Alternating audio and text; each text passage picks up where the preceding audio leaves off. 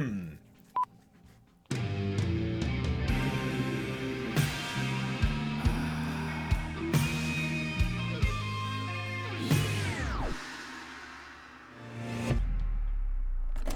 cracking, everyone? Friedemann Findeisen here from Holistic Songwriting. Welcome, Songwriting, and welcome to Livestream number 91. Today it is 20th of July 2019, and we're looking at hey, what's going on, folks? Hey, Friedemann, says Craig, and Gigi Moda is here. Hi, everyone else. Hope you all had a great week. Good to hear that you guys are all here. I have had an exhausting week. Not just an exhausting week, but again, I mean, I keep talking about this. I should probably stop, but I'm like at the limits of what I can do pretty much. And next week I'm going to Poland for a language class. So I have to have a ton of stuff done until then. And I'm stressing out a little bit about that. So I have to calm myself down and figure this out so we can do this thing together here. All right. I think we should probably start with the questions, and I'm secretly hoping that they're not too difficult today because my brain is already fuming. Here we go. Let's check it out.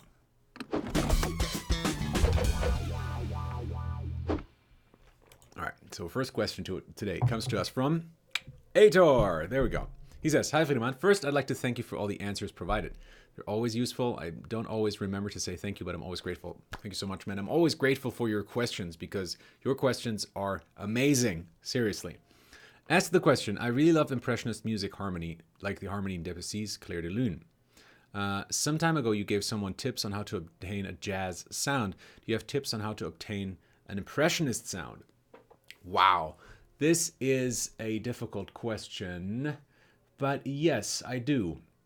So, first of all, what you could try would be, so something that Debussy does quite a lot, actually, is that he uses a voicing.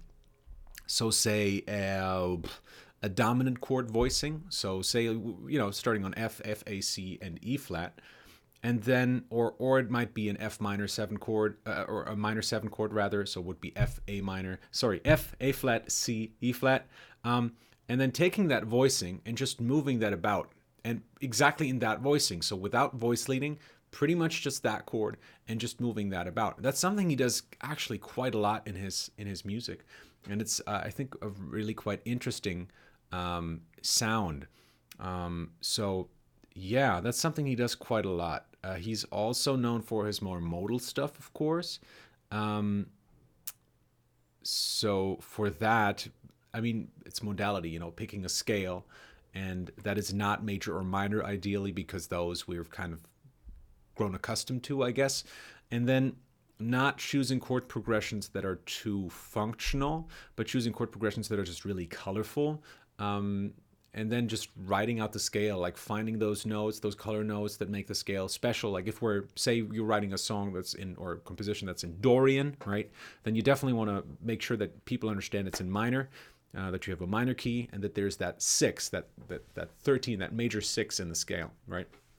Making sure that people hear that and playing with that is another thing that he does quite a lot. And obviously each scale has its own note like that. So Ionian major doesn't.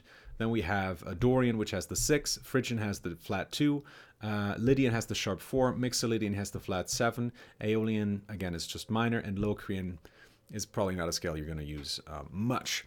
But yeah, I mean, especially like using a dominant chord and then just moving that about and kind of harmonizing melodies just like that with parallel voice leading is something he does quite a lot. I think it's super, super cool. And some of my favorite moments from Debussy's work are when he does that. I think it's such a cool sound. I'm absolutely in love with it. So really good question. Love it. And feel free to ask more about classical music because that's something I don't get to talk about enough on this channel, I think. Next, we have a question from Sam who says, "Hey Fried, I've seen lots of videos about how the day of the album has passed and how it's down to singles and followers, etc.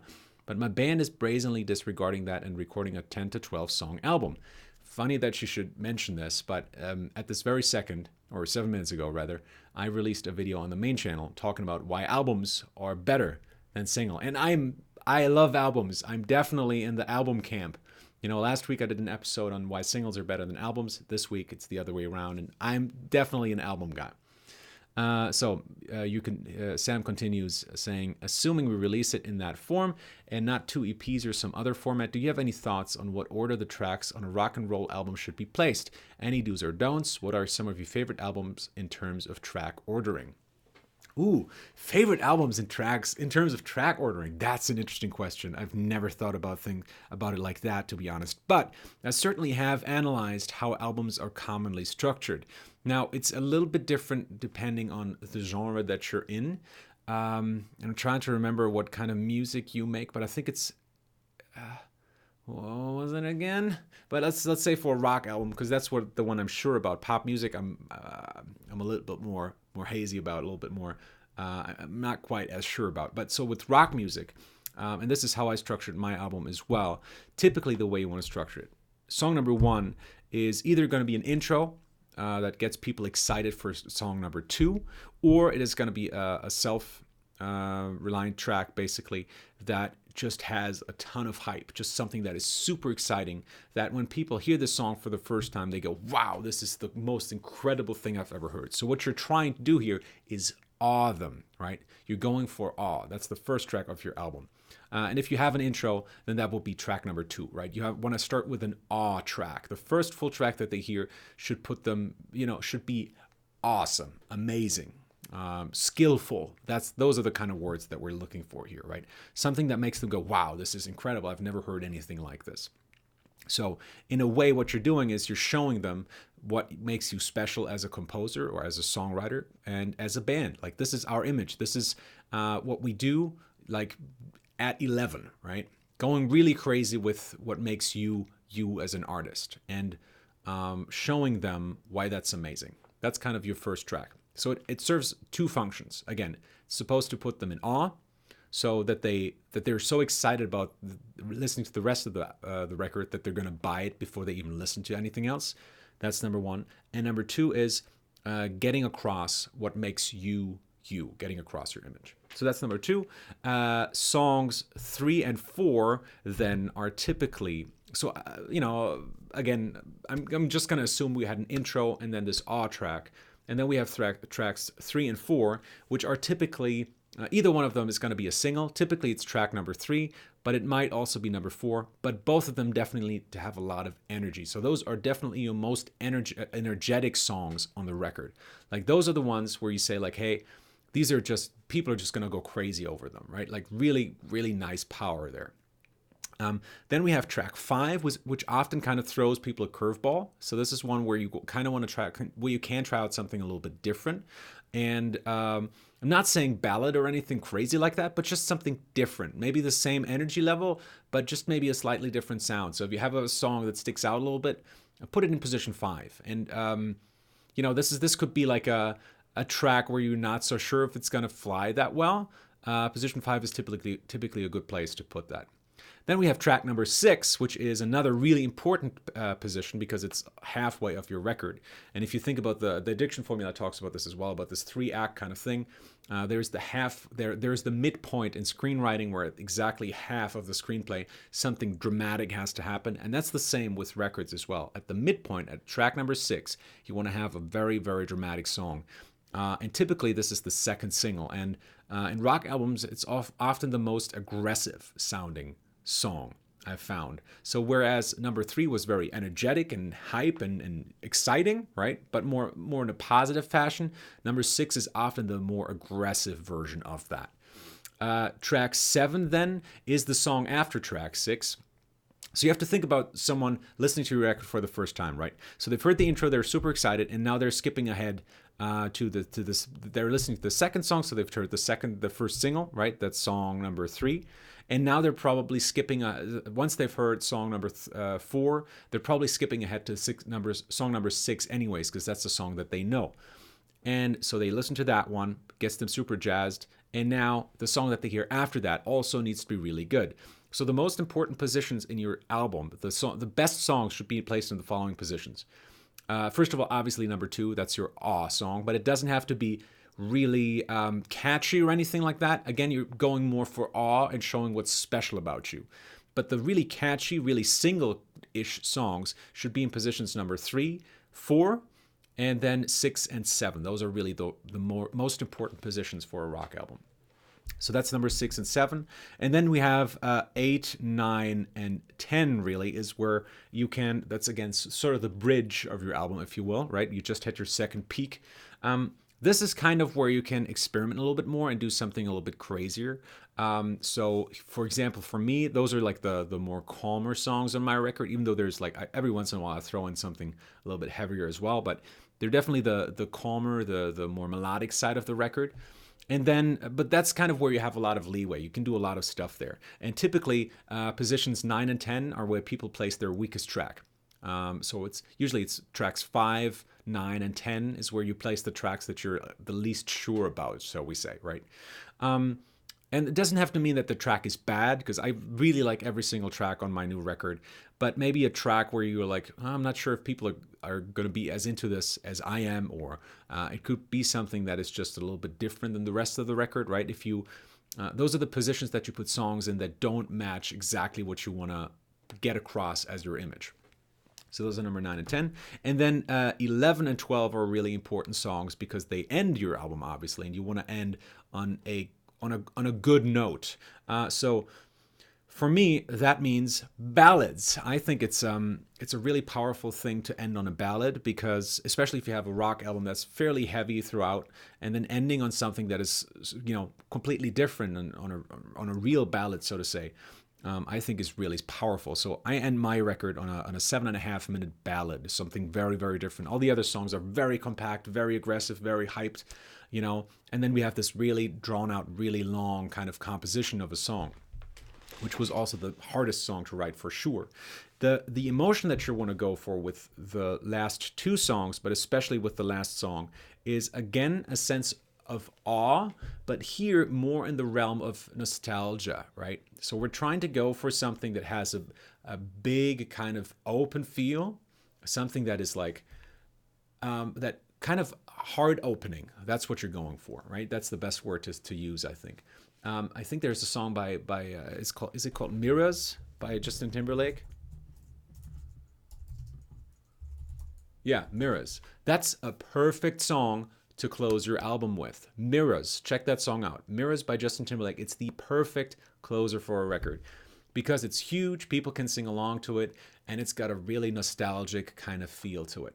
And it's another hit, right? So I'm not even sure if it is the last record on the album. Let me check. Mirrors by Justin Timberlake. If not, it definitely should be, because it sounds like it should be. So it's on the 2020 Experience. 2020 Experience. Let's check out the titles for that one. 2020 Experience. Is it here?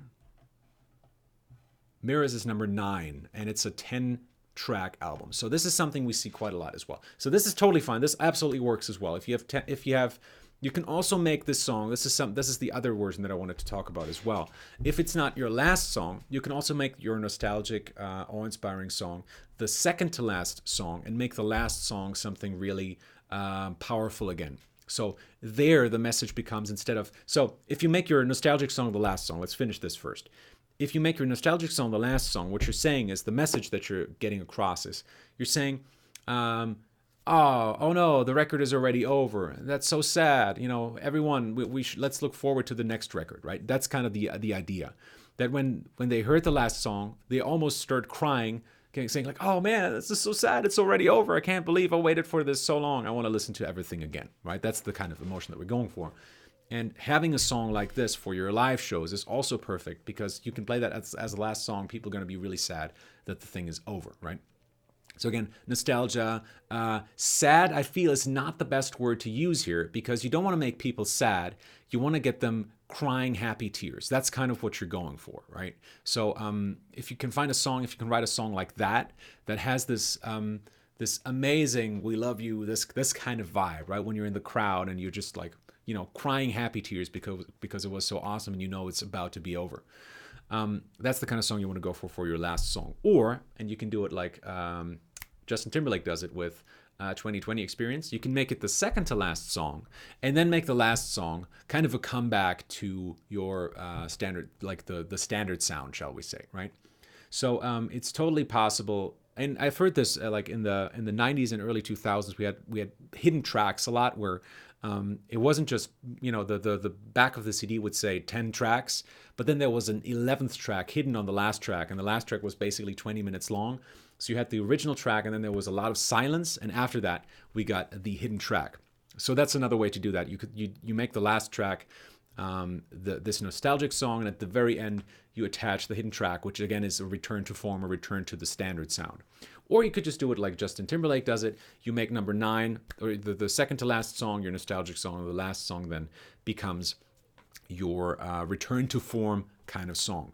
So what is the function of this? Well, you've already done the sad nostalgic song, so that's the end of the song.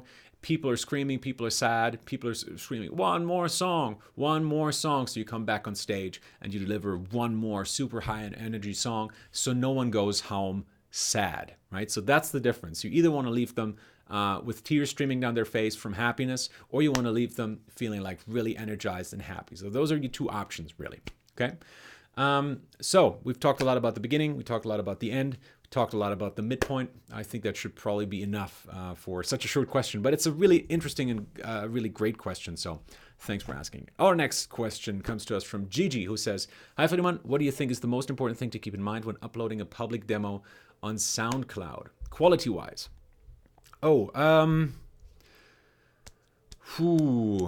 Sound, probably.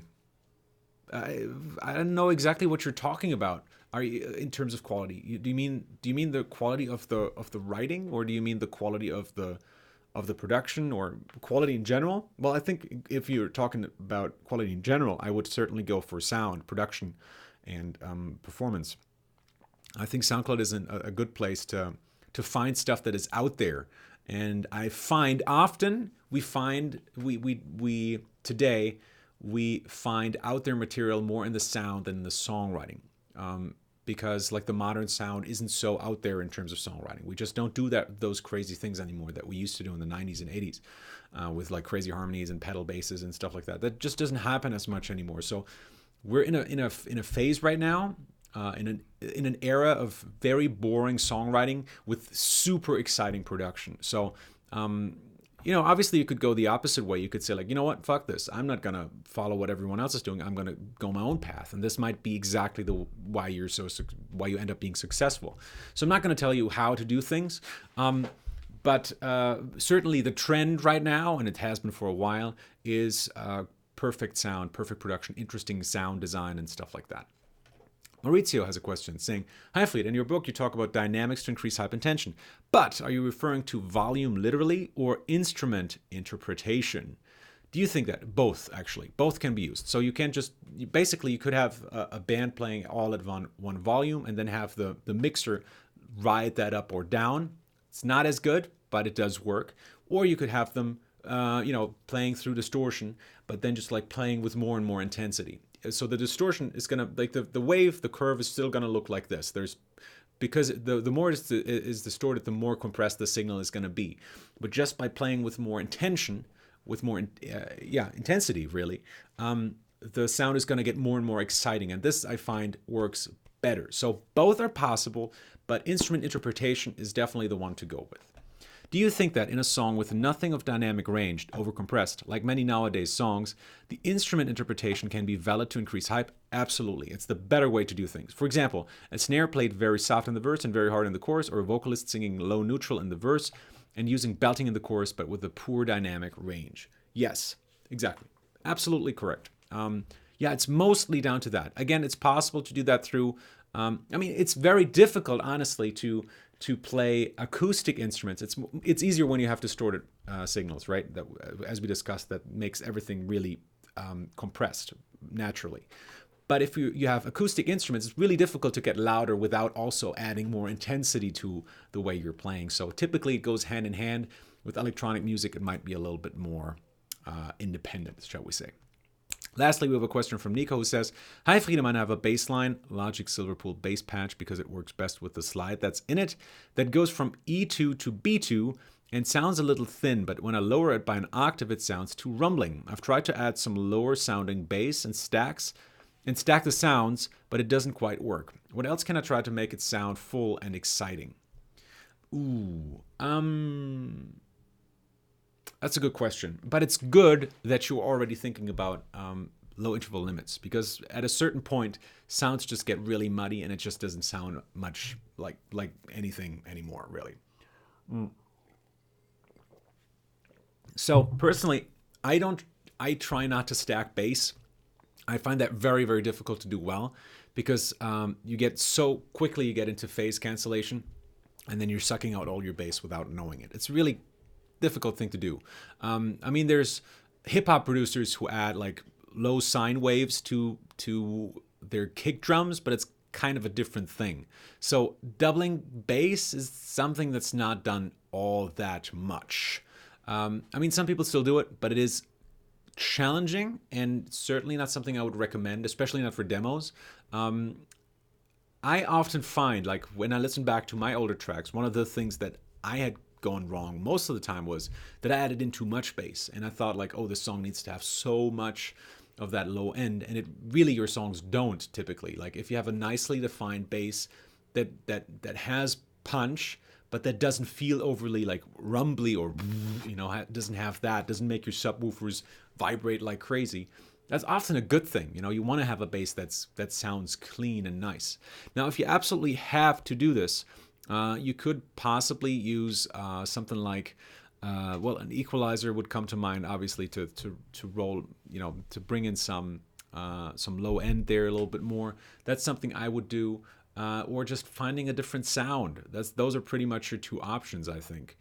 There's some ways of achieving that through parallel compression or through a multi-band compressor, but it's kind of tricky.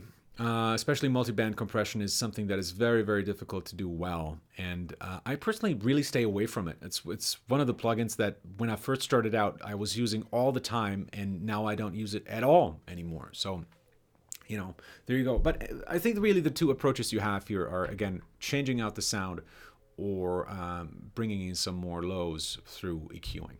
All right, cool, folks. Those were the questions. I think it is time to move over to the songs. Here we go.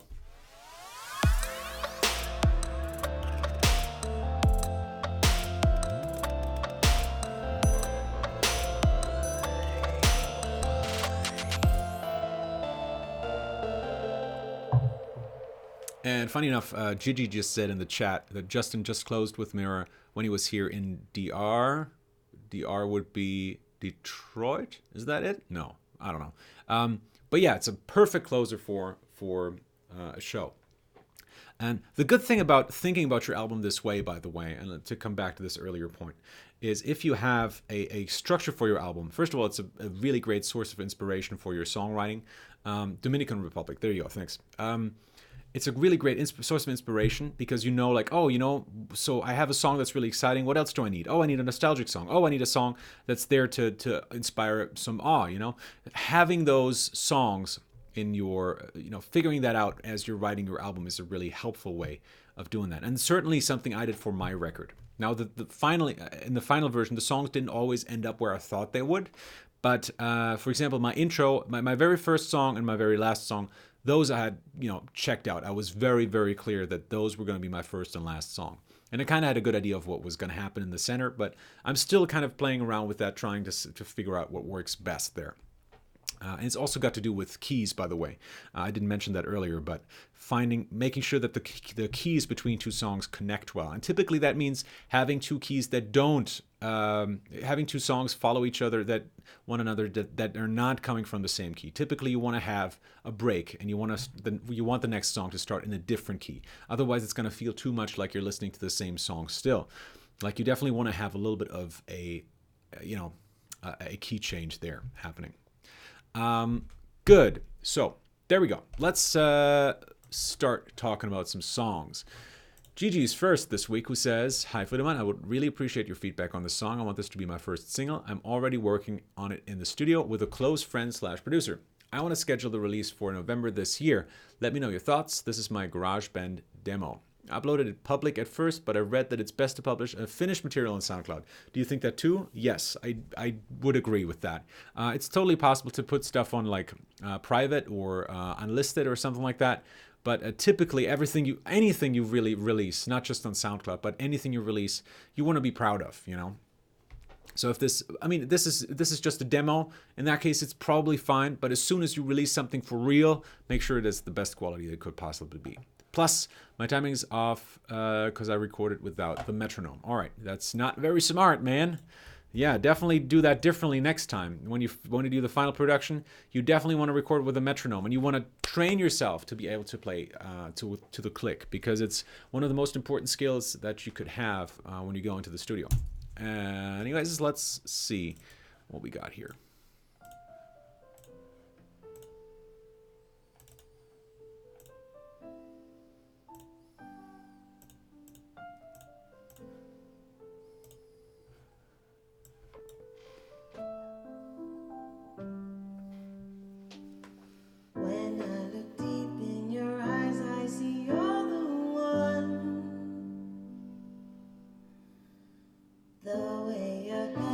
With mine makes me believe there's a conversation going on inside my head. My conscience is always telling me what to do next. Then all my thoughts fade away and my heart breaks in. Cool voice. Only when you hold me, everything feels so right. You're my one and only. It's always been you. Only when you hold me, I can feel the butterflies. You're my one and only. It's always been you, always you.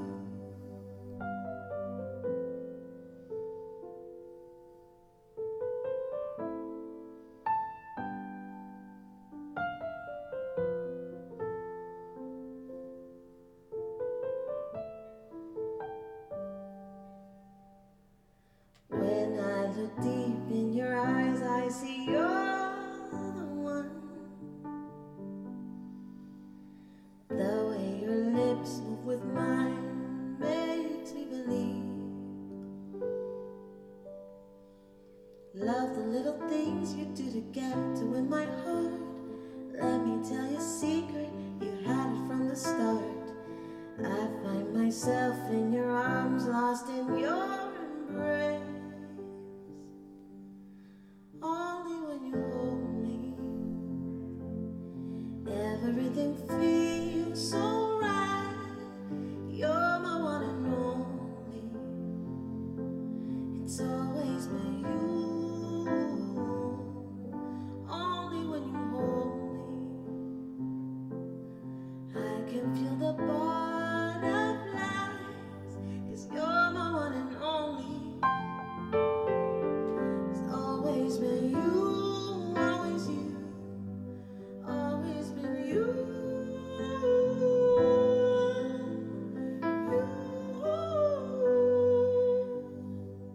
You.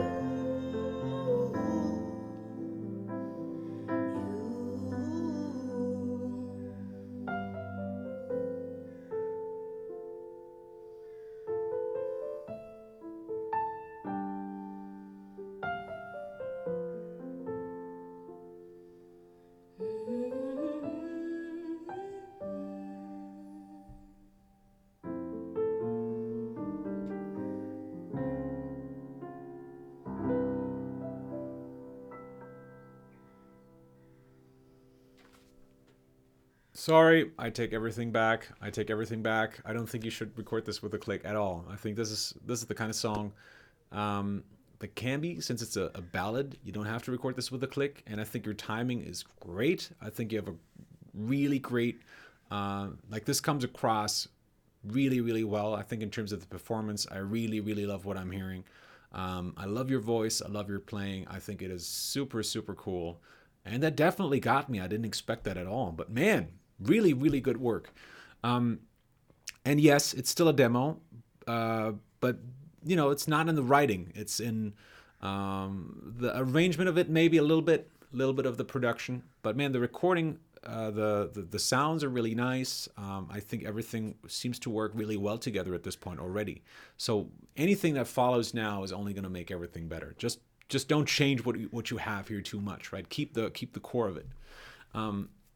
Yeah, dude, really, really good work. I really like what I'm hearing here. So, okay, so there's a couple of smaller things, but again, the most important thing is that the core here works really well. I think you have a really great voice. It reminded me a little bit of a kind of a mix of like maybe a little bit of Michael Jackson, a little bit of Sigur Rós. Is that how you pronounce it? I think it is. Like the what is it? I think they're Swedish, right? Or they're Finnish. I don't know. Maybe they're from Denmark. I have no idea. Anyways, it has a little bit of that, especially later on when you go into falsetto. I got a little bit of those vibes. Is it Icelandic? I don't know. So, yeah, a lot of good associations here. I really like how the song is laid out. I really like your melodies. I think your chorus is really beautiful. I think you're striking some really beautiful notes there. There's two smaller things which I think you could work on maybe tiny little bit more. The first of which being the arrangement of it is okay. It's a little boring, perhaps. I mean, the song is beautiful, and all I want is just to lay this out in the best way possible, so that the song is just takes people away. And right now, this might work exactly as it is. I always try to play it safe when it comes to arrangement. I never trust the musical material enough. I always say, like, and there's artists who can totally pull that off, where that can just play piano plus vocals for an entire song and it works. And this is very, very close to it.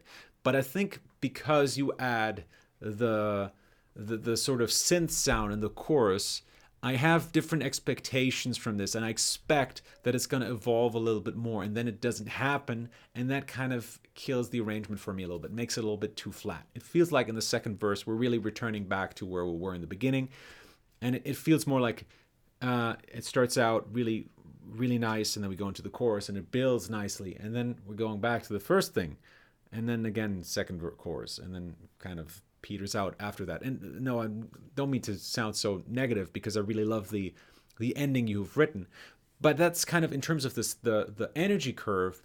It is, you have just a basic copy paste of verse 1 and chorus becomes verse 2 and chorus, and then you do some other stuff at the end. I think your musical material is strong enough to either completely take out the strings and just let the vocals and the piano playing carry the entire song. That's what I would do. That would be the minimalist approach, and it's a little scary. And I'm always scared of doing things like that, because, as I said, I'm always hesitant. I'm always scared of leaving things be just as they are, not like playing it safe and adding enough stuff to kind of arrange it out. Is that a word? Arrange it out? No, just made that up. Anyways, so the other option that you have is building just a tiny little bit more. I think a really nice thing that you could do with this kind of song, and this would be the traditional way of going about it, is in the chorus, you add in a string section, ideally a quartet or a quintet. In the second verse, you have just the cello playing, and then in the second chorus, again, you have the quintet playing everything again, and they keep playing until the very end of the song. So this way you have a more of a natural progression. It's not so bad that the first and the second chorus, are the same energy level, but you definitely want the second verse to be a little bit higher in energy than the first verse. This is kind of important. So just adding like a cello in there would already do the trick. I'm not sure I like the synth that you chose for this. I think the sound is very nice and it fits the emotion, but I don't think it fits the rest of your instruments, or at least not for this song. Maybe if you had a whole record out and I listened to everything and everything was full of synths, and then you have this one song that is mostly piano but then adds a little bit of synth, that would totally work. if this is all I'm hearing from you, if I think it's going to be an acoustic song, you just playing with on piano, but then having that synth come in feels a little bit like a disconnect, and it kind of takes away from the vibe that I want to be getting from this track, which is why I went with a string quartet. You could also do like a choir, like that could be really cool. Like a sort of a chorus could be really cool. Chorus in the traditional choir sense, that is. Yeah, I think the synths, I'm not really feeling that here so much. So either I would take them out or I would replace them with some strings, I think, again. So that was the first thing I wanted to talk about. And the second thing, what was that again? Because I had one more thing I wanted to address. Oh, yeah, I remember. The piano playing is really nice, and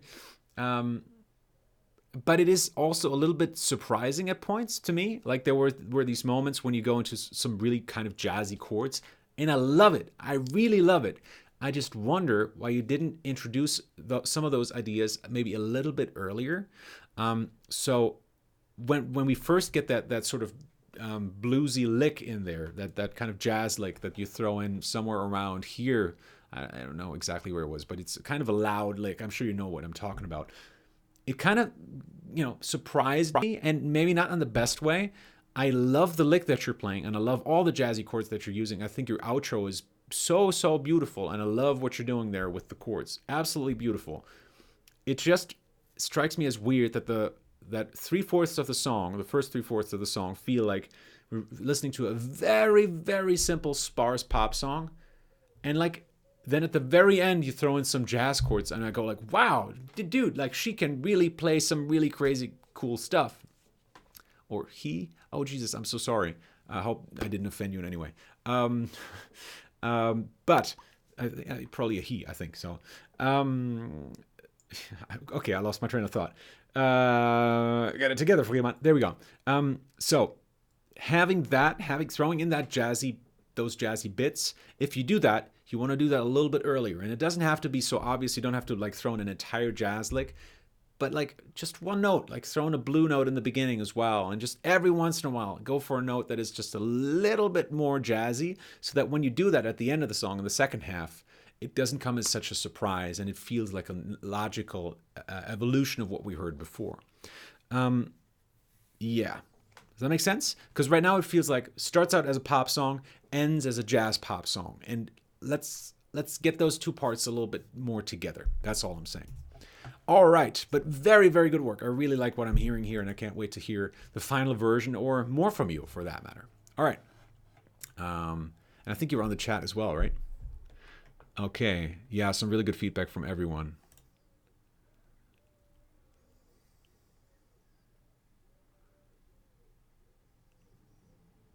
Okay. A friend of mine played the piano. I played him my version, which included the intro and verse chords. Cool. All right. Everything else was my friend's touch. Totally get you. Cool. All right, man. Happy to hear that this I managed to help. All right. Okay. We have a name which I'm gonna try to pronounce. I think it's Ljubomir. Oh Jesus! It's an L with a J followed by a J. Ljubomir. Ljubomir Gorchuk. I think. Gorshuk, I think. Hi Fleet, after watching a lot of your videos, I finally joined. My band recently put an album out, and now we're working on a second. It's a free download at blazon.us. Streaming links in the footer. I'd love to get your feedback, what I can do better on the next album, if you can fit it into your program. Here's a SoundCloud link to one of the songs. Let's check it out. The Sweetest. All right. Let's give this one a go. Blazon, right. I'll walk you through the gardens in my home. Put me anywhere, I'll find a way back on my own. St. Julian's the St. Paul's grotto. You say why not go in the St. Tomato?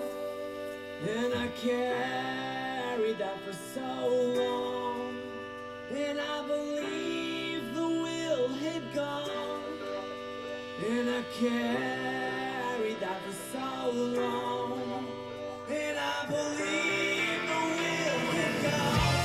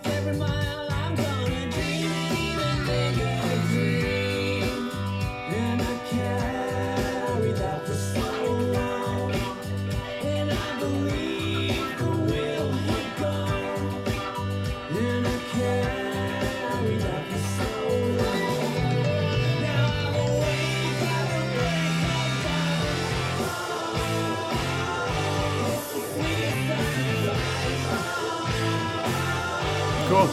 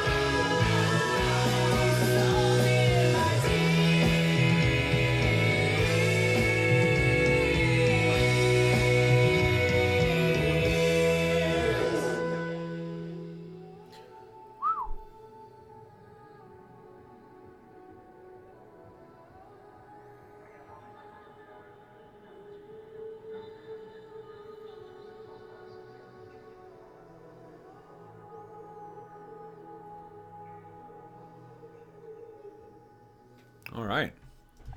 Cool, man.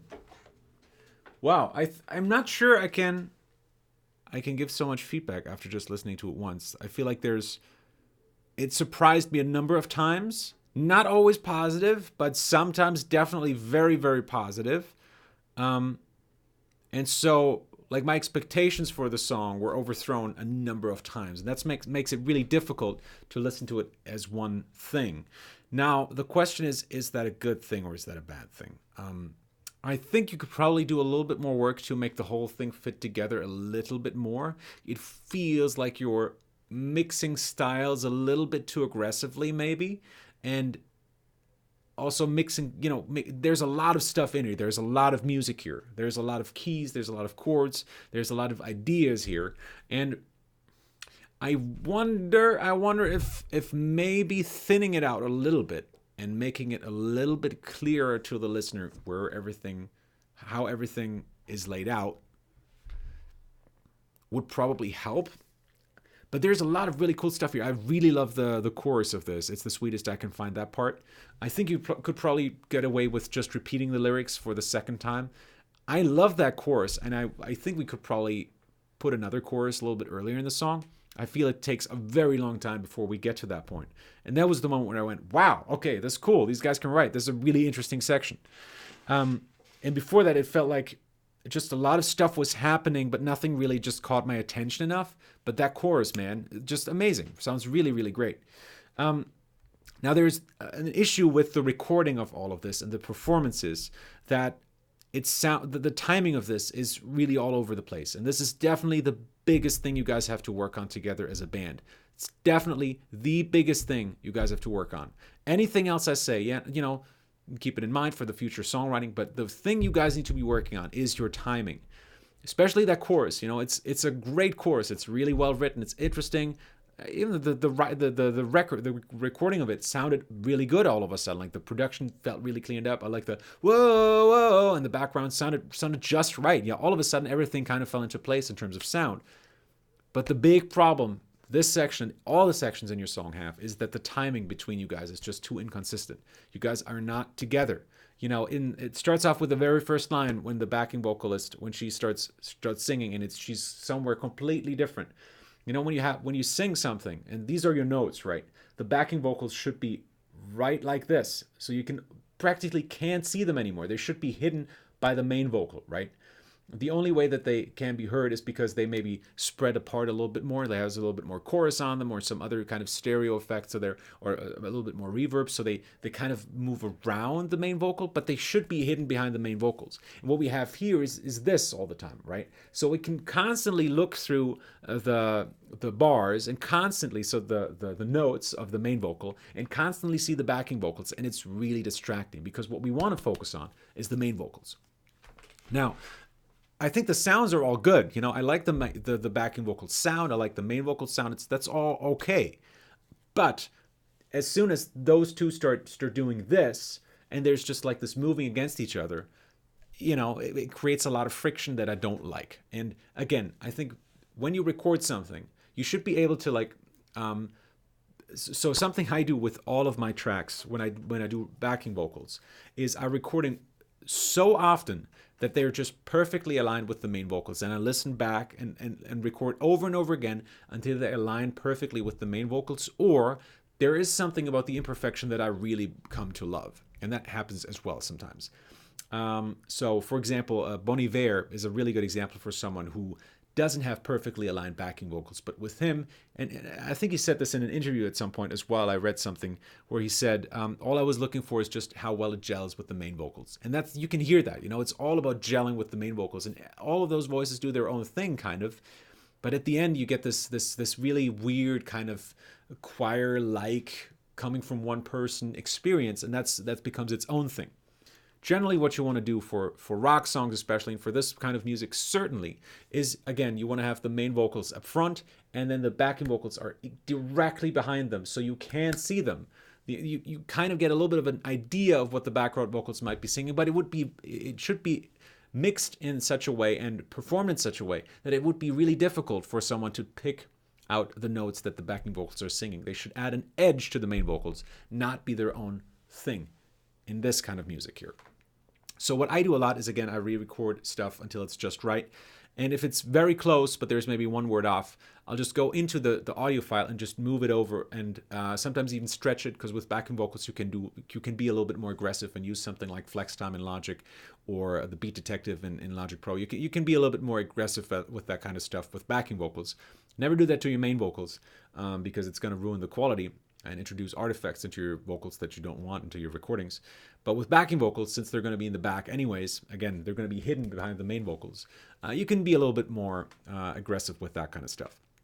So, and then I can just I really go in and just align the consonants with one another, make sure that when there's a tail, when both are kind of, that they end at the exact same moment. So I'll stretch it even really far if I want to, it's just there to add a little bit of an edge to the sound.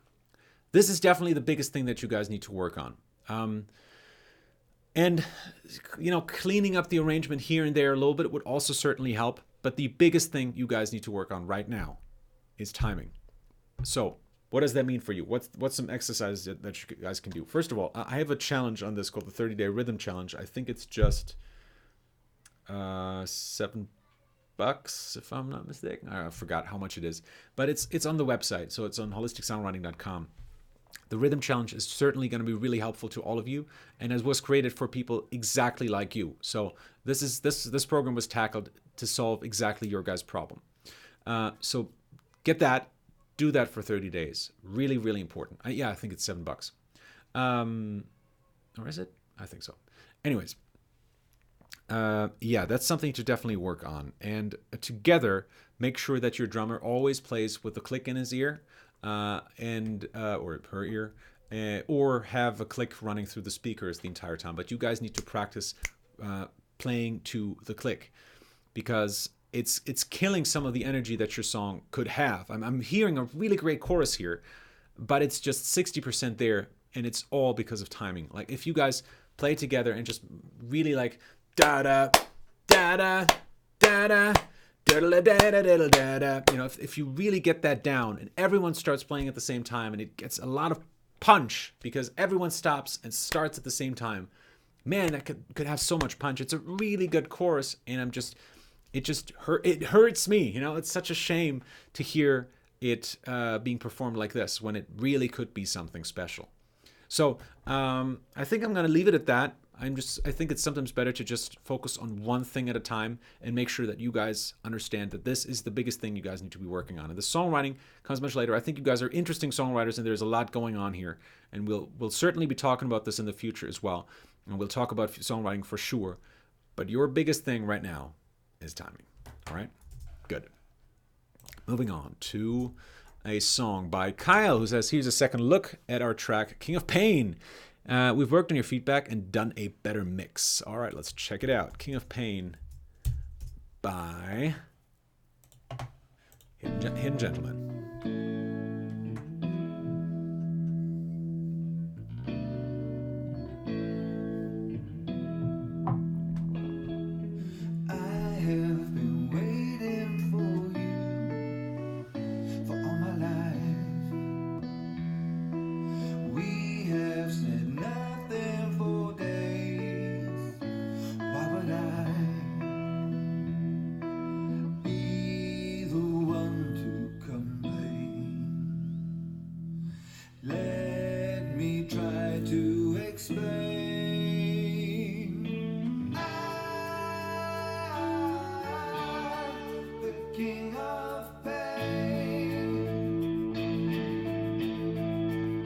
Like the percussion? Cool, love the bass?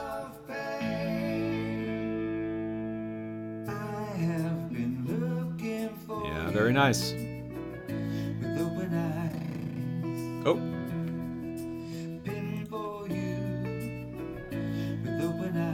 Okay, guess was the internet.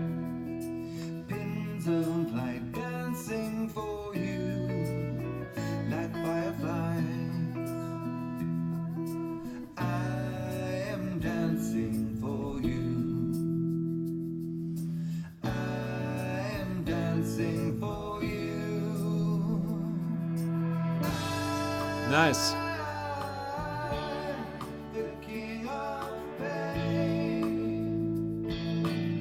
I think it needs a little bit more.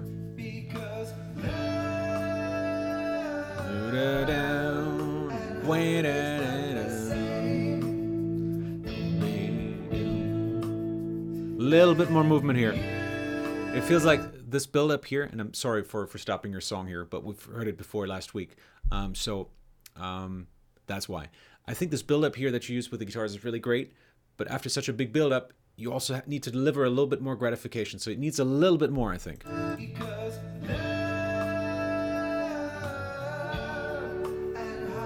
Or you make the build up less strong. That's also possible. But I think it's nice. But I think the song needs to take off a little bit more here.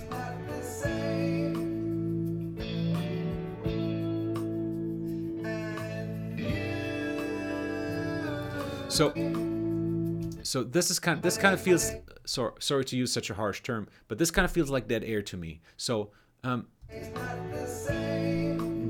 tonic, you know, this is like dead air on the radio to me. Like whenever we have just the tonic just playing, and then again the tonic just playing, it feels like the song is dead at this point. So I think you need to add in something else here. The day down, the way down, you know, just play a little lick there with the bass. Play something so that doesn't get boring, and so you don't have this dead time here. Nice bass line.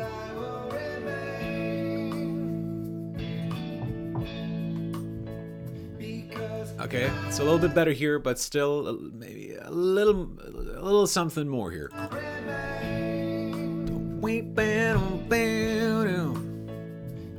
You know, it was a bad example, but you get it. Like, I think the piano could come in a little bit earlier and have a more significant lick to play than just the chord. I think if it was playing a little piano lick there, I think would be nice.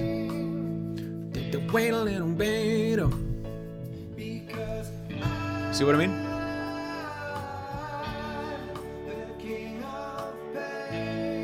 The king of pain. Oh, right. Oh, I love this, man.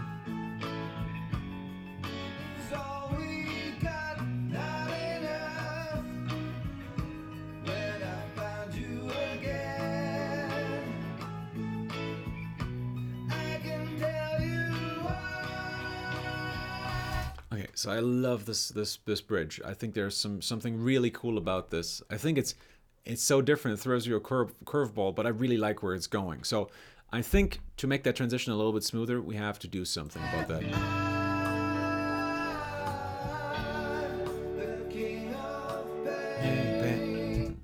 I think you probably shouldn't resolve it. I think you should probably go to a chord that we didn't expect. Like go up like to a mediant or something. Like go up a minor third and hit a weird chord there. The king of pain down. You know, throw in a chord like that and then go immediately into the bridge.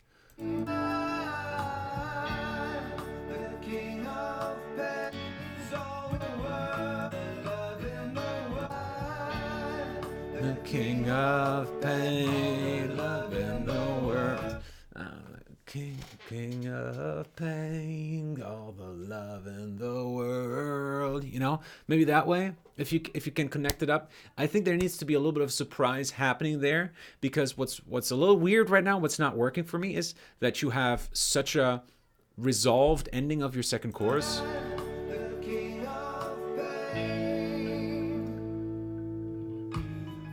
I mean, it's nice in a way, but I think there needs to be a little bit more tension here for that to work. Because I really like how the drums then come in with the clack, clack, clack, clack. That's cool. That's cool. I think there needs to be a little bit more energy building into this.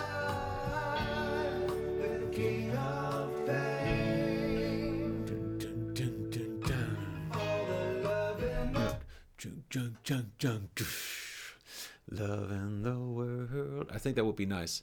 And I could also hear like a hearing. I could also hear that at the same time, like a hi-hat going on here instead of just a shaker.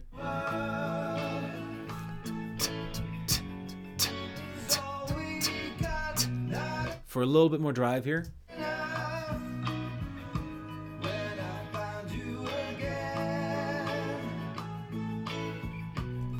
Also here, okay, we have to talk about both of those breaks because I don't think they work quite yet.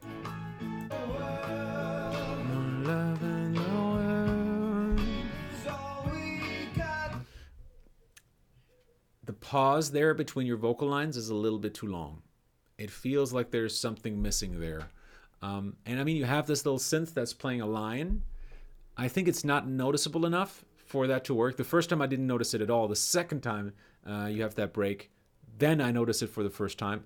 I also think like you could make that a little bit more prominent, put that forward a little bit more in your mix, and make it end not on you're ending it on the fore end essentially, but your vocals come in a little bit later. So it's a little difficult to explain. I'd rather just sing it to you.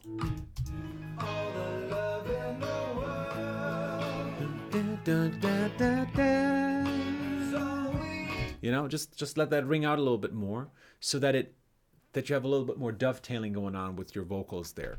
I think that would be stronger instead of just cutting it off there.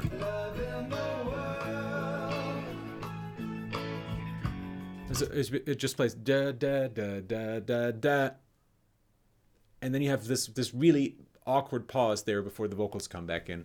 I think you could smooth that over with a little bit smoother melody in the synth.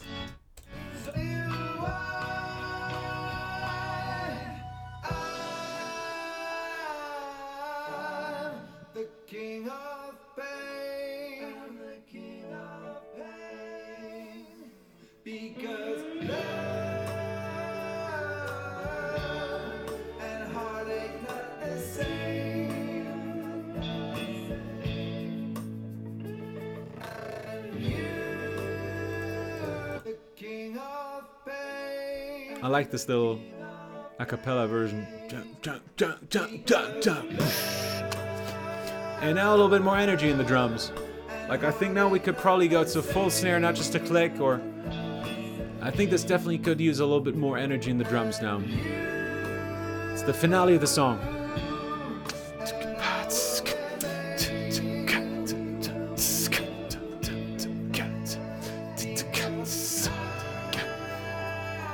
A little bit more of that, and I think you guys have it. It's very close. It's much better already. Maybe one more thing I wanted to talk about was maybe this verse here. Let's listen to that one more time together. It feels a little bit weird and a little bit unfinished there. So let's go through that one more time. I have been waiting for you This is all great. for all my life. We have. It feels like the guitar is such a nice drive, like with the eighth notes, and then da da da da da da da. It feels like the vocals need a little bit more of that too. Like, it feels like the guitars have so much drive, and the vocals start out really great with the da da da da da da da da da. All my life, and I don't know da da da da da da da da da da da da. And just adding an "and" in front of the next line, I think would add a little bit more tension going into that next line, and maybe repeating that "for all my life" and not ending on the one there. So da da da da, going to the three, da da da da. No, da da da da da da da da. I've been waiting for you for all my life. No, I think it would for all my life, for all my life. And definitely somewhere else than just going back to the one, because again, I consider this dead time. It's what you in radio would call dead time, is if no one's talking, and in music that doesn't have to be a problem. But if we go to a tonic, resolve everything, so the melody's resolved, the chords are resolved, and then we just let that play for a little while, that is dead space. That is dead time in music. So we have to do something about that. Either the melody goes to a different note, or the chords do something a little bit more interesting, or there's another instrument peeking out that just does a little lick there. But those moments are just kind of killing your song right now, and it feels like you're stretching the song because of that in a negative way. It feels like there should be a little bit more vocals there, or something. There needs to be a little bit more happening here in these verses to keep us invested, I think. So yeah, I think, and that seems to be kind of a recurring theme here. It's good that you guys leave a lot of space in your songs, but when you do, make sure you end your phrases not on the one and resolve the chords at the same time. Like, you can resolve to one, that's fine, as long as the chord is something else. Like if you're going to a 4, for example, it's not a problem at all. But if you're resolving both, and then you just let that stand for a little while, it's just gonna drag your song down, unfortunately. So that's a recurring theme here. That's why I thought I'd mention it again here. All right, but still a very good effort. I think it's getting better every single time. And yeah, with a little bit more tweaking in the last chorus, I think a little bit more energy there in the drums. Yeah, I think we got a winner here. All right, 2 more. This is Alvaro's Rhythm Challenge. Much love, Reed. Thanks. So let's check it out. Intermissions.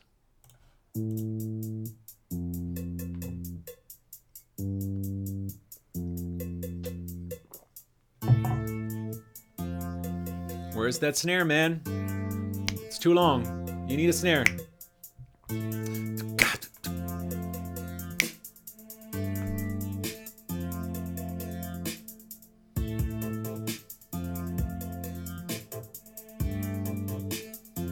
It's getting better every time, though.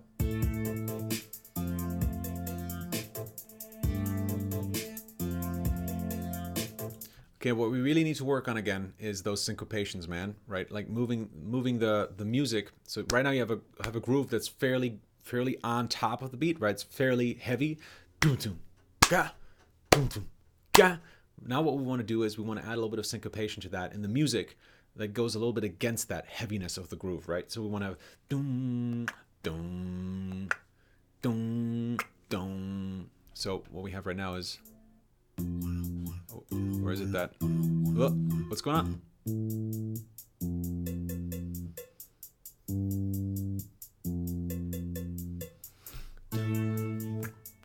Okay, so you have a little bit of that going on. But it's good that they're cutting out every time with the snare.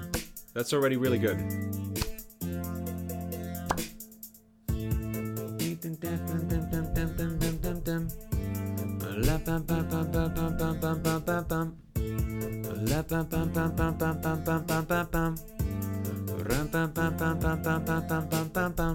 You know, just, I think it's pretty close, man. I think you could probably, again, bring in that snare a little bit earlier.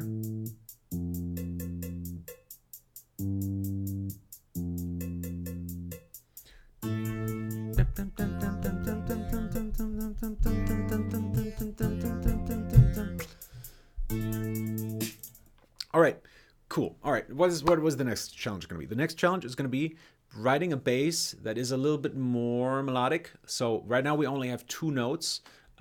Let's try something with, well, actually, let's see. Let me think about this a little bit. Okay, so what we're going to do now is we're going to simplify the melody, right? The bass is just going to play one single note. So,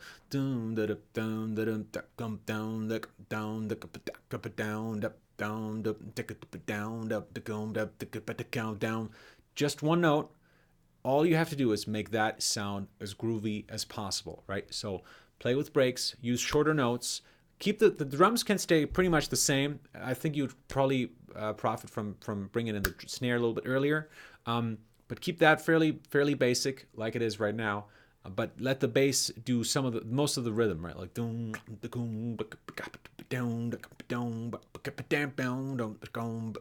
again, leaving that snare, like when that snare hit, that's when the bass goes out, right? Okay, hopefully that gives you some ideas for next week's challenge. I'll see you then, mate. Farniente says, hi, I enjoyed watching your videos on your YouTube channel and recently joined to hear some critiques from you for my songs. It might be too late to submit, but it would be great if you could give me some improvements I can make for the track. All right, kill it. Only the track is written and vocal lines are yet to be added. Okay, let's check it out. Kill It by Farniente37. All right, I like it already.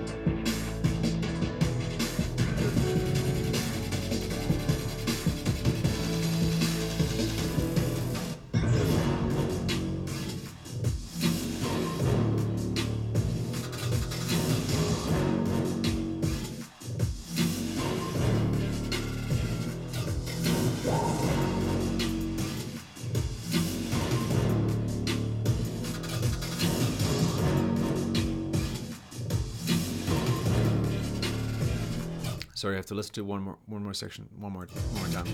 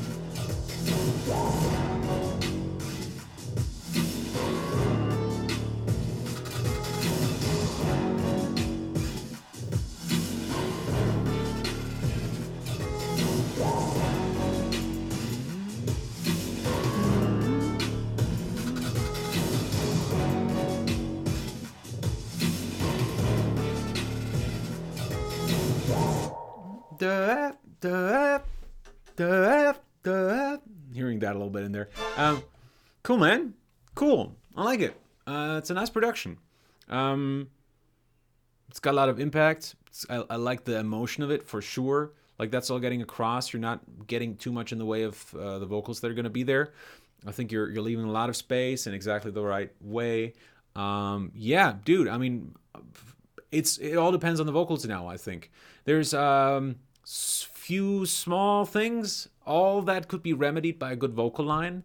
You need a good vocalist who knows what they're doing in terms of melody, but as a production, this is really great. I love the sounds. I love the groove of it is fantastic. I love all those little elements that are just adding to this bounciness of it all, and I think that works really, really well.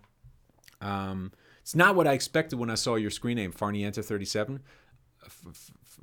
What would you call it? Farniente? I don't know. It's just not what I expected. I expected something more singer-songwriting, and the font also here doesn't do you any favors. So maybe consider a name change. I don't know if this is something you want to build an image around, but Farniente37 with this kind of music, I'm not feeling it, man. Maybe you have a whole idea in the back of your head that makes all of this work. I'm just not seeing it right now. Just going to give you my honest opinion about this, because I think the music is really, really strong. You're a great producer. You know what you're doing. And it's a good arrangement as well. I think there's some really cool elements, some stuff that I feel like, oh yeah, this sounds new and fresh. I haven't heard this before. I like how you're using the horns. I think that all works really well. The two small things that I wanted to mention are, first of all, the bass, like that 808 sounds very kind of boxy. I think you probably could roll out some 500, 600 hertz, something around that area, just to make it sound less nasal and a little bit more, so it sits a little bit, instead of sitting here, it would sit a little bit more here, like further away from me, right? Because it feels, yeah, just no, a little bit nasal up here, you know, and I'd rather have it low and fat and sitting nice and comfy in the mix, and that's not what I'm getting a lot of the time.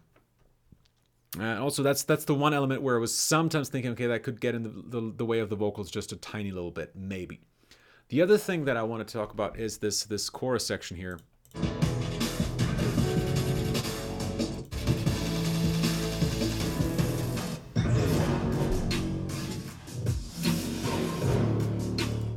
I'm not feeling it so much. I think it sounds good, like it's really well produced, but you have such a strong build-up after the verse, and up until that point, everything feels just really hype and great and tense, and yeah, we're moving forward, very high energy. And then this section here comes.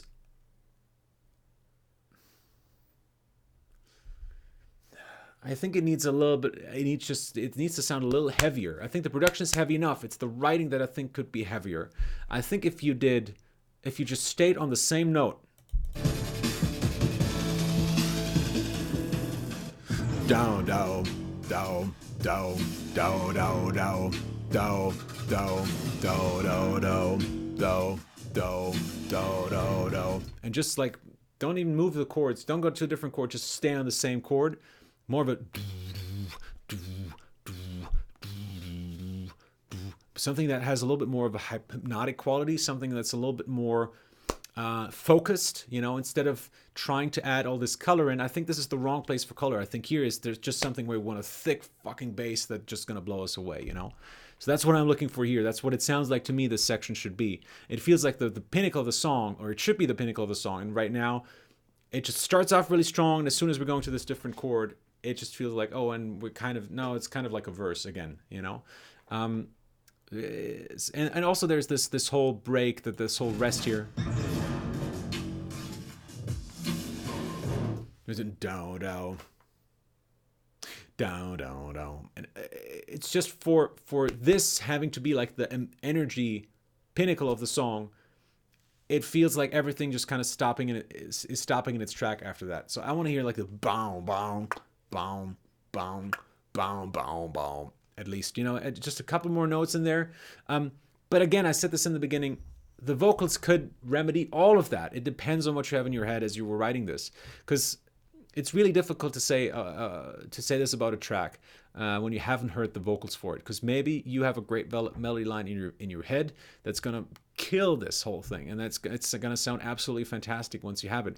I mean, I've shown songs to people without vocals, like when I just had produced the music, and sometimes I got the comment, "Wow, this is really out there and really weird." And as soon as they heard it with the vocals, they said like, "Oh yeah, you changed the whole chorus, didn't you?" And I said like, "Nope, it's exactly the same, just added the melody." And all of a sudden, it works. And they're like, "Wow, seriously?" You know, they wouldn't think it's the same song, but it is. The vocals can change so much, because sometimes, like if you have a weird key change, for example, you can what is the word for that? You can teaser that by hitting a really strange note within the it's a little difficult to explain, but say we had 2 sections, right? So these are 2 8-bar sections, and so this 8-bar section, say, is in C, and this one is in F sharp. So really, heavy clash of keys. This is like the weirdest key you could possibly go to. And let's say in this chord progression here in C major ends on say a G, right, on the 5 of the key. And this one here starts with an F sharp. So let's hit a note from the F sharp over the G of this section. So let's say we're going to do so we probably don't want to use the F sharp, because that would be a major 7 in the G. That's not a good idea. We could use the A sharp. That's a sharp 11 in the G chord. That's a very jazzy note. That's possible. We could also use the C sharp. That would be a sharp 11. What did I say before? The A sharp would be a sharp 9. That's what I should have said. I think I said a sharp 11 there as well. Right, so either one of those probably would be fine. So let's say we're just going to go with the sharp 11. We're going to go with an A sharp. So that's going to sound that there's going to be some clash here over this G chord. It's going to be really weird, but as soon as we hear that F sharp chord, the harmony follows those vocals, and all of a sudden everything falls into place, right? That's an example of where the vocals can really transform an otherwise really weird chord transition, but just by kind of dovetailing those 2 sections, by bringing in, by kind of teasering the harmony that's about to follow a little bit earlier, right? So what I'm saying here for this track here, it's kind of the same thing. This chorus here feels like a little bit of a letdown, but if all of the singers are kind of low energy in the verse and then going super high energy in the chorus, this can totally work. So something like Girls by Beyonce, We Run the World. If you get something like this for this chorus, that can totally work and blow everything away. It just really depends on the vocals, and you need a good vocalist who can really deliver there in the chorus. But other than that, I think it sounds great. I can't wait to hear this with vocals, and please feel free to send it in again. Yeah, there you go. Really, really good work. Really happy with this. All right. I think we have one more to do. Let's do Grimaud's song. This one is called Tattoo. Okay, I'll try to pronounce this. Tattoo Gâché. Which means you have... No, gagné would be won. You would have... That would have meant... Tattoo gagné would mean you've won everything. Tattoo gâché. What could that mean? I don't know. Maybe we can figure it out by listening to the friggin' song instead of just talking about it. Here we go. Tattoo gâché. Here we go. Chaque amour déçu creuse un peu plus dessous. Chaque amour déçu Okay. coûte un peu plus dessous. Chaque amour déçu me fait perdre le nord. Tous ces accords déchus, j'ai eu le malheur de sous-entendre que c'était pas moi qui ai tout gâché, mais c'est tout, c'est pas grave, mais c'est toi qui as tout gâché. Je veux te l'entendre dire, je veux que ces mots sortent de ta bouche. Tout ce que je veux, c'est que tu dises que tu n'étais pas très doué pour cet amour. T'as tout gâché.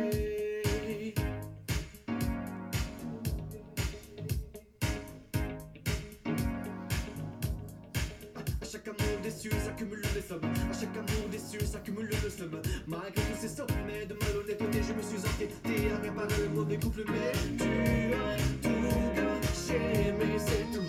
Oui,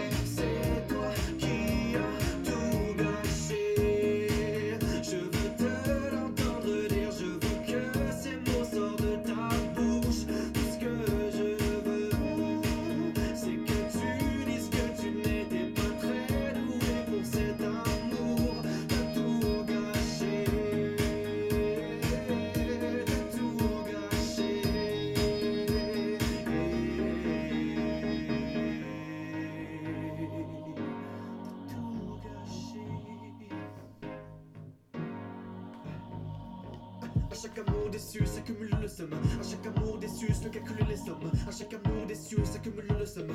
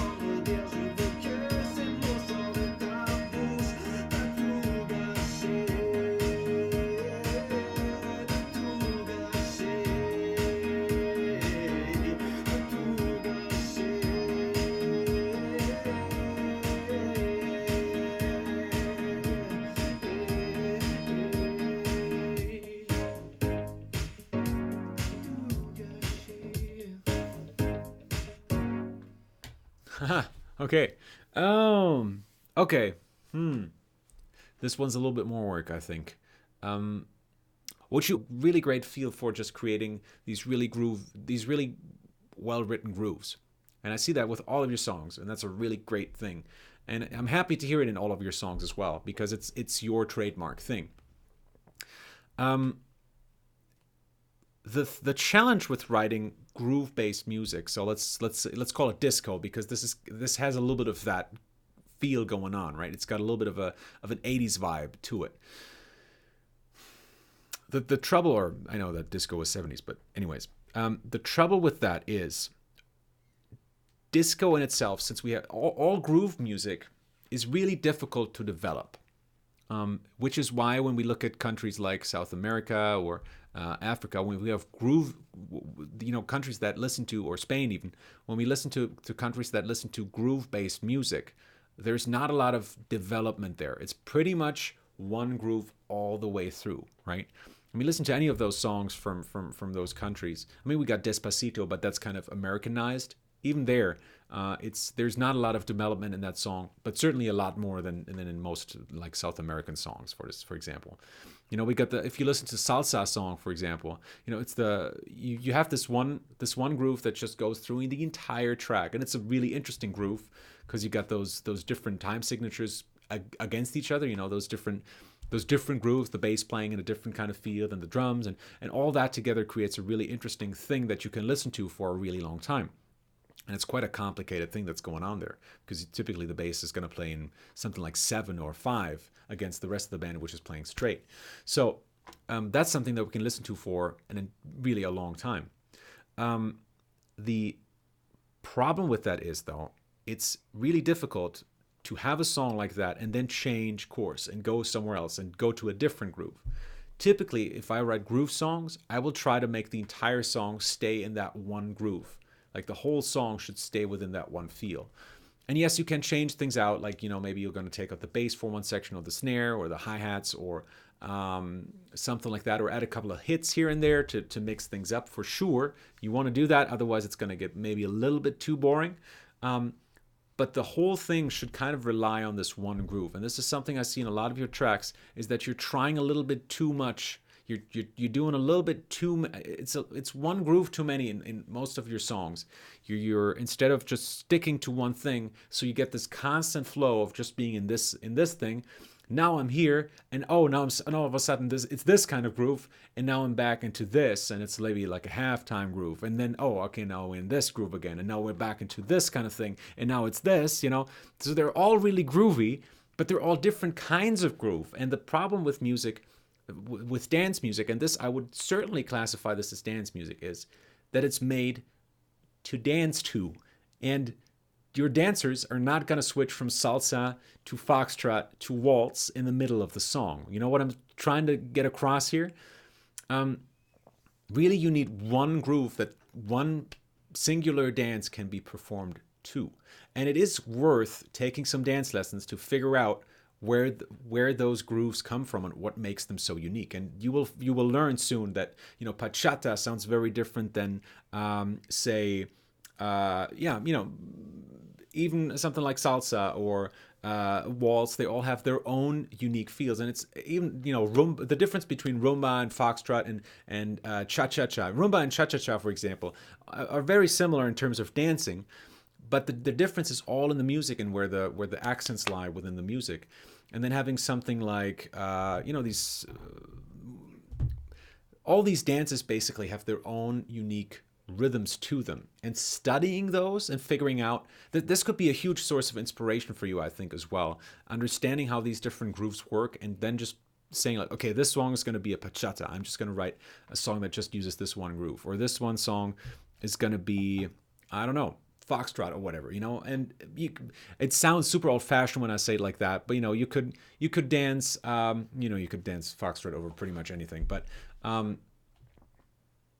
disco fox, for example, or jive or whatever, you know, picking a groove out and writing a song within that groove and making it sound completely modern, like it doesn't have to sound anything like, you know, an old foxtrot song or whatever, but taking that general groove and running with that through the entire song. I think that is kind of your biggest challenge, because right now I'm really getting into your song, and all of a sudden you're changing things up, and you're changing things up too much. You're going into a completely different groove, and I just immediately have to do this and kind of find like, oh, okay, so I guess this is the dance he wants me to do this. And then you stop with that and go to something else again, or then you stop the groove all together, and then I'm just like left hanging in the air, and that can be fine if you then go into something that I kind of expect.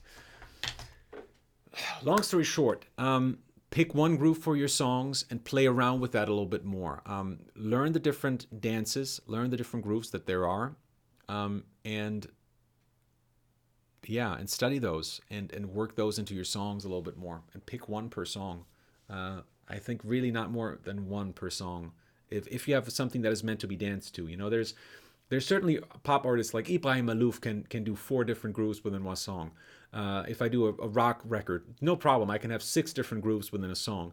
But if you're doing something that is strictly to dance to, something that is, you know, almost disco, I think you need one solid groove that people can kind of follow, that kind of stays consistent throughout the entire song. And because you are changing things up so much, the transitions from one section to the next are sometimes very brutal and sometimes just don't connect up well. And that would be that was my initial feedback, and then I thought like, well, but why is that? I think the real reason is that you're changing grooves up too much. So I think if you can figure out a way to do that a little bit more, sticking with the same groove, and even if you take out elements and change things to kind of keep that consistent flow going of that one groove, and again, each groove has its own kind of flow, I think your songs are going to come out much, much stronger. So hopefully this helped you a little bit. It felt like I was rambling a lot, but it's a complicated subject to describe. Groove is one of those things that I find really hard to describe because I think we're lacking the vocabulary to do so. And maybe it's just me because English is not my native language, but hopefully you got some ideas out of this to move forward. Anyways, that would be it for today. I think this was the last song for today, if I'm not mistaken. Let me check one more time. Yes, so this would have been the... shit, okay. Just closed the wrong window. Let me just go back to the live dashboard if we have anything more going on in the chat. And if not, I would probably call this a day. So, I know what you mean for the groove. Cool. Good to hear, man. I love how music speaks, even if you don't know the language. Thinking of Sergio Mendes, Stromae, and Psy, and many more hit songs. Yeah, cool. I'm happy that we have some discussion going on in the chat this time. I'm really, really always happy to see that you guys are talking to each other and giving each other feedback and stuff. So please feel free to do that in the future as well. If you see a song that you like, and or just someone else posted a song, just give it a listen and give your personal feedback, because I'm just one guy, you know. Getting as much feedback as possible can be quite helpful, especially if you're pretty far in the process. Like if you're just starting out, it's probably not a good idea to get too much feedback, but you know, a little bit of feedback here and there can be really helpful. And we're a really friendly community. No one's going to really call anyone names or say that they're not a good writer or anything like that. So please feel free to help each other out. That would be really great. Okay, folks, thank you so much for watching. Take care and stay gefährlich. Actually, there's one more thing we should probably talk about, and that is this month's songwriting session. I'm not quite sure when I'm going to do that because next Monday I'm already taking off for Poland, and I'm not quite sure how good my internet connection in Poland is going to be. So I will try. Maybe I'm going to do another session today for the writing session. And again, minimalist pop was asked for, so that's what I'm going to try to do. Yeah, so I think we're probably going to do another session later today. I'm kind of feeling good now. You know, I was worried going into the session that I was just too exhausted, but now I feel like you guys are giving me so much energy that I think I could probably do another hour of this. All right, thanks for watching, guys, and probably see you in a little bit. Cheers.